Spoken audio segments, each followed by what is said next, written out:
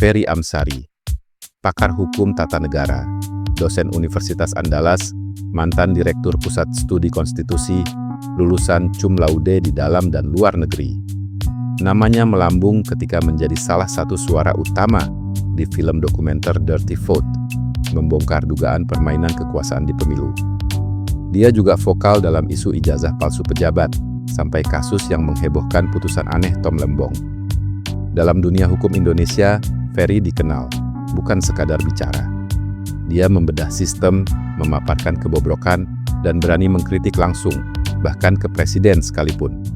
Dan kini, dia ada di sini, di Kabupaten Langkat, menjadi saksi ahli untuk kasus seleksi PPPK 2023, sebuah proses yang seharusnya membuka jalan keadilan bagi ratusan guru honorer.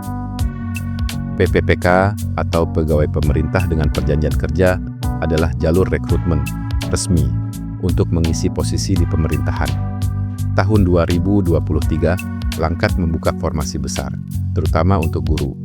Harapan pun membumbung tinggi, tapi di atas kertas, struktur panitia seleksi atau Panselda memegang kendali penuh. Sekretaris daerah sebagai ketua, kepala BKD, dan kepala dinas pendidikan sebagai anggota, dan pelaksana tugas Bupati, Syah Afandin, atau dikenal dengan panggilan Ondim, sebagai pejabat pembina kepegawaian. Semua keputusan melewati meja mereka. 203 guru honorer menemukan kejanggalan. Dalam pengumuman kelulusan, muncul nilai dari seleksi kompetensi teknis tambahan, atau SKTT ujian yang, menurut mereka, tidak pernah ada di jadwal resmi. Bagi yang lulus, SKTT ini seperti karpet merah. Bagi yang gagal, SKTT menjadi lubang jebakan. LBH Medan dan Kontra S menemukan indikasi kuat. Aturan berubah di tengah jalan, dugaan uang pelicin 40 sampai 80 juta per orang, dan keterlibatan orang dalam. Salah satu kasus paling mencolok, guru dengan skor CAT tertinggi 601 poin, tetap gagal karena nilai SKTT yang misterius. Ratusan guru honorer melawan.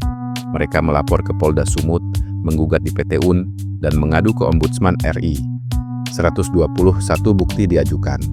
Dokumen resmi, tangkapan layar, hingga bukti transfer. Ombudsman menemukan 6 bentuk maladministrasi, mulai dari perubahan aturan ujian, penambahan SKTT tanpa sosialisasi, metode penilaian tak jelas, hingga dugaan penyalahgunaan kewenangan. Rekomendasi Ombudsman jelas, batalkan pengumuman kelulusan. Tapi, di Langkat, rekomendasi seolah hanya jadi tumpukan arsip.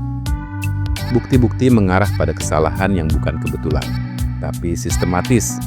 Namun pertanyaannya, siapa yang seharusnya bertanggung jawab? Dan kenapa, meski bukti seterang cahaya, kasus ini seperti ditutupi perlahan hingga gelap? Jawabannya ada di part 2.